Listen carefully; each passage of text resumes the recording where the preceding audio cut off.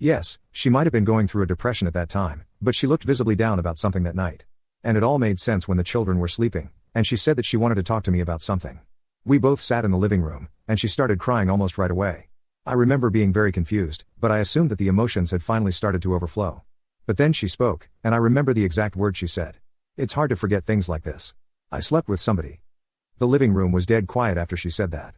Considering that we had just had a child, my wife was going through postpartum depression, and that bad news had been sprung on me late at night with no preparation, I remember being completely confused on how I was meant to react. Was I supposed to start shouting or flipping a table? I had never been an aggressive person, even in moments when it was warranted. The whole night was weird because it took me 10 minutes of us sitting there before I could break the silence. I asked her who it was. She also left a big pause before admitting it was just some random guy. I was tempted to ask exactly what they had done, but I didn't want to do that to my mental health. She volunteered more, saying she went to a bar, he hit on her, and she got carried away, and then she let the sentence end in silence. We sat there for like another 10 minutes before I told her she should get some sleep. She went upstairs, and I slept on the couch that night. That was actually the last time we actually spoke about it. I don't know why. I really can't explain why I didn't go back to the cheating after that point. I think I felt like everything was so happy with a new kid and what I felt was a model family, and maybe I made excuses for her because of her PPD. Was that the wrong thing to do? Should I have berated her like any other cheater would have been regardless of what she was going through? I don't know. And I know a lot of you will judge me for sticking with her after that, but it's one of those situations you'll never know how to handle unless you're in it. I even gave her credit for coming out with it right away. It was a sign of remorse, so I just let the whole episode slide. We never spoke about it for nearly a decade after it happened until this year.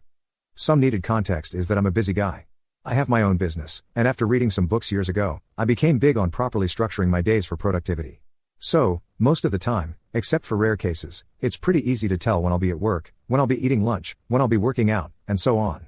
It's a pretty great system for me, and ever since embarking on it a few years ago, I felt so much more productive. But I'm not here to advertise anything to you guys. The main point is that I have very predictable days, so if you're very close to me, you know exactly where I'll be and at what times, though again, except for on rare occasions. One day not too long ago, it was a Tuesday, so I was supposed to be at work from 10 a.m. to 6 p.m. before hitting the gym and returning home. The day started out the way it was supposed to, and I went out by 10 a.m., and everything was going the way it always does. I think it was around 2:30 p.m. that I got a call from one of my neighbors. His name is Steve. We were pretty friendly, but he rarely called me because most of our interactions were in person.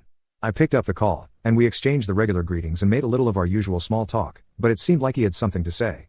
So, I asked him why he called. I might be very off, maybe I'm being paranoid on your behalf, but I've noticed a black Tacoma parked in your driveway. This might be the third time I've seen it over the last 2 months, but I only just saw the driver today, and it's a man I do know. I'm not trying to say anything is going on because I like Grace as much as I like you, but I've seen this car around when you are, so I feel it's better to be safe than sorry. I'm sorry if I'm being invasive, and if you'll hate me because I'm essentially accusing your wife of some things, but I'd want you to do this for me if you saw the same so you can hate me after, okay? When he finished talking, my heart was already beating pretty fast because it just zipped my memory right back to what had happened all those years ago. My wife wasn't an angel, I knew that, but I felt like it was truly a mistake she had made back then, and Steve could be very off with the situation. It could be a plumber or some other kind of handyman. I was trying to reassure myself, but I knew I would have to show up, no matter what. I needed to have closure. So, I told my workers that I'd be taking off for a bit. They were surprised because they know all about my routine, but they didn't ask any questions, and I got in my car and headed for home. If what Steve was saying was true, I couldn't announce my presence.